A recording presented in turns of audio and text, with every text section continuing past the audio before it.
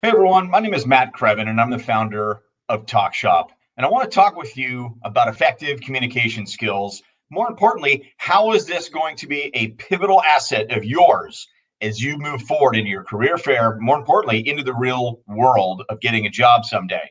So, what I want to do is I'd like to start with this. I always like to start with a question. And I know that in this virtual environment, just either raise your hand to yourself if that gets you engaged or speak it out loud. But here's the first question I want to ask. How many of you realize what the average attention span is? Now, as you think about that for a minute, let me rephrase it. What do you think the average attention span is for adults and young adults alike? Now, as you're sitting there, some of you might be thinking, well, it's probably around 3 minutes, maybe it's 5 minutes, maybe it's 9 minutes. I'm here to tell you it's about 9 seconds. And if that just didn't make you sit up in your seat and take pause, then maybe you should really think about something else. And something else that you should think about is, wow, I've got 9 seconds to capture someone's attention span, to deliver my presentation, to put it with an emotional hook, to capture someone's attention is really, really pivotal, but also it's really hard. It's hard because attention spans are low. So, why I'm leading with that question is I'm going to answer it in a way with a rhetorical question. Doesn't it make sense if attention spans are really indeed 10 seconds or less for you, the student, to communicate as clearly and concisely and confidently as possible right from the very get go, regardless of the conversation and regardless of the situation or setting? The mastering of the three C's is going to really be an important skill for you to develop. Again, the three C's: how to be clear, concise, and confident. And we're going to get into that in just a moment. Another quick question I want to table just to set the tone is this. And if you want to raise your hand or just answer out loud, yes or no to yourself, here's the question that I want to ask. There's two of them. The first question is, how many of you here like to be understood? I will hope that most of you will answer yes. A follow-up question to that is, how many of you here, by way of yes or no, like to understand others? So the two questions, it's a yes or no answer. Do you like to be understood? And do you like to understand others? At this point, you're probably thinking, why does this matter? What does this have to do with the career fair? I'm here to tell you it has a lot to do with the career fair because it has a lot to do with you as a human.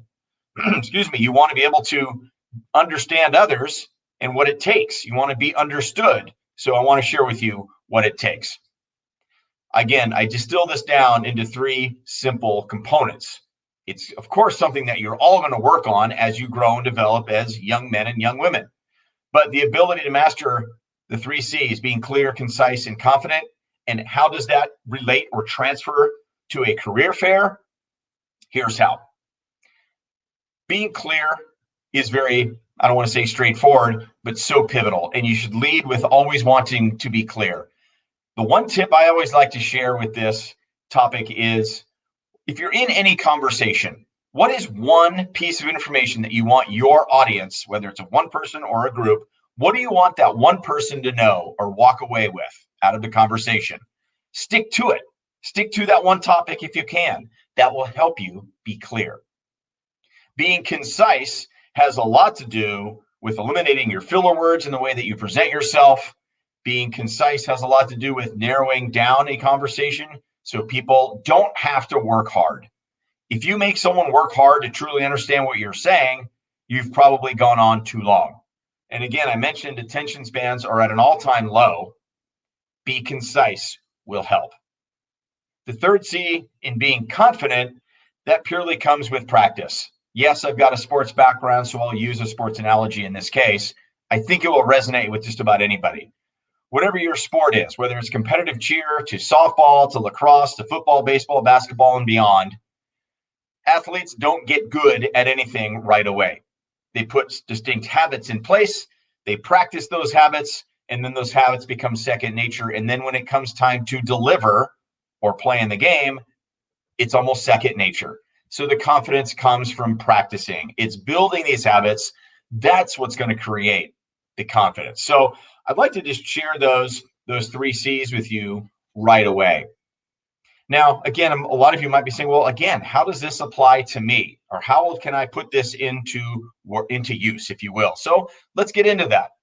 Let me back up for a minute. Pardon me. Being understood and understanding others, that second question that I asked you all at the very beginning, I want to touch on that real quick. And a lot of you might be thinking to yourself, well, what does that mean? Here's what it means. When I ask people, do you like to be understood? My follow-up is, what do you think it takes? What do you think it takes to be understood? And if you ask yourself that question right now, maybe you want to write something down. What do you think it takes to be understood when you're in any type of conversation with friends, with family, with coaches, tutors, whether you're at a networking fair, a virtual fair like this? What do you think it takes to be understood? Now, as you let that wash over you, I'll share with you what it takes to be understood. And it's the 3 C's. It's how to communicate with clarity, with confidence, and how can you be concise and wrap that all together. That is going to increase the percentage of someone understanding who you are, what you're presenting, whether it's yourself or whether it's an idea. But if you're presenting yourself in this case as a career fair, when you present yourself clearly, concisely, and confidently, it's going to resonate with your audience. And again, your audience could be whether it's one-on-one or maybe you have to present to a group of folks. And I always like to say, and I'm going to look down at my workbook because I share this in all of my workshops. And I think now is a really good time to share it in terms of how does the 3 C's really play in? And it goes, I'm not a big quote person, but I like to share this at the very front end of any workshop or keynote that I deliver. And it's this: communication is everything. In every interaction you have, it's how you communicate it. It's not what you communicate. It's how you communicate your message. That is what matters. So we've all heard the expression probably from a family member is if you don't know what to say, then don't say anything at all. That's fine. Take a pause. If you really don't know what to say, it's okay. But be mindful of communication is everything. It's not what you communicate, it's how you communicate it that matters. So let's come back to being understood and understanding others. I just mentioned being understood comes with presenting yourself in a clear, concise, and confident manner. That is going to help your audience. Again, we don't want to make your audience work hard to understand you. Now, let me switch gears to what does it take to understand others? Understanding others comes from listening. It comes from listening some more. I like to use the expression of we've got 2 ears and 1 mouth. Listen more, talk less. How does that relate to a job interview or a career fair, whether you're networking or just meeting new people? Get curious, ask some questions, but then stop and listen. Now, we all probably are used to having a series of questions that we want to make sure we get out if we're interviewing with someone or we're networking with someone. Hey, tell me, how did you get this job? What are some key skills that are required to do your job well? Great. Those are all really good questions to ask and to get curious. But instead of just relying on a set of questions that you've got that you're thinking, oh my God, I've got to ask this next question, let it go.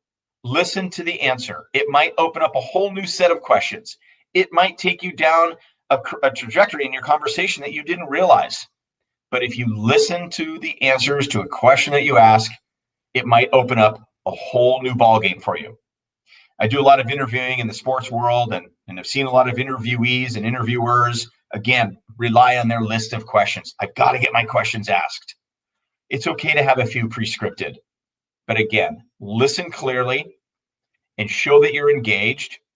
Ask for clarity if it's not making sense. That's perfectly normal. So again, being understood is communicating your pitch, your presentation, your unique story in a clear and concise manner. Eliminate the filler words, know who your audience is, and make a human connection. Be human. Don't aim for your message to be perfect. Just aim to be human. And something to always keep in the back of your head is, what's the lasting impression you want someone to have of you when you leave any conversation? Think about it that way. What is the one thing you want someone to know about you? That's your lasting impression when you leave a conversation or an interview or a meeting. So let's take a quick pause. We kind of mentioned about the 3 C's, what it takes to understand someone, what it takes to be understood. Now I want to translate this into a job search because I think that's really what this is all about. How can you best present yourself when you're really given the opportunity? And I always like to share this bit of information or this bit of advice to anyone, whether you're in high school or in college. You may not know what the business acronym CMO stands for. And for those of you that do, great. For those of you that don't, it stands for Chief Marketing Officer. Now, any company, large or small, that actually has this role, not all companies have it. It might be a small firm. But if anyone is in this role, the main objective of this job is to put out, protect, and promote the company's brand. Here's a little something I want to share with you. Become your own CMO. Become your own Chief Marketing Officer, because guess what? No one is going to put out your brand. No one is going to promote your brand, and no one is going to protect your brand any better than you can yourself. Now, I'm not here to dazzle you or to shake you down and say, wow, this is a great bit of wisdom, but it helps. I've seen it time and time again. If you put yourself in that mindset of putting out your own brand, protecting your own brand, and promoting it the best way possible. Now, at this juncture, you might be thinking, well, I don't know what my brand is. And that's an okay thought to have. There's a lot of people that don't, especially high school students. How are you supposed to know what your brand is? And that's completely fine. You can also just think of it as get my messaging down, get my presentation skills down. Your brand will evolve over time as you get interested in certain industries and you lean towards, roles that might be of interest for you, or colleges and courses that you might want to study. That all leads to becoming your own personal brand. So it's completely all right if you don't have a brand right now. You can still use these techniques as you're having conversations, as you're having interviews, whether they're mock interviews or real.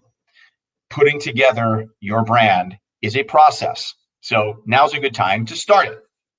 So I hope that it makes sense as to why this should apply to you, a high school student. So I want to share with you, again, a kind of reset, if you will, what we've just discussed so far. It's a good time to take a little time out or a pause. We talked about attention spans from the very beginning. So with attention spans being as low, you've got to capture someone's attention. How do you do that? Come up with an emotional hook. Come up with a story, a statistic, something that will capture someone's attention right away when you talk with someone, especially if you're presenting with someone, or if you're pitching a product or an idea. Maybe it's for a class. Create that emotional hook. Now let that wash in for a minute. Creating an emotional hook doesn't need to be some glorified, long-winded sentence. It can be something short and sweet, but make a connection first and then talk about yourself second. I think that's a good tip, and it'll help separate yourself from the competition. The other thing we talked about is the 3 C's of communication, becoming a clear, concise, and confident communicator, and that these are habits that if you put into place now are going to help you down the road. And we talked about what are some things that you can put into place now to become clear. So I'm not going to repeat that. But we also talked about the importance of understanding someone else and the importance of you being understood. You put this all together and become your own chief marketing officer, putting out your brand. Your brand right now might just be the way you message yourself verbally, but also in writing. You've got a digital brand, whether you're on LinkedIn or not, or a resume or a social media site. Maybe you've got your own blog now. Those are all ways to brand yourself, but be consistent. Be consistent with the way you brand yourself. If you've got a spectacular website or a blog that showcases who you are, great. When you have the chance to show up live, you better show up the same way. And I'm not saying better as it's a threat to you. Just be consistent. You want it to be congruent with the way you show up, both online and in person.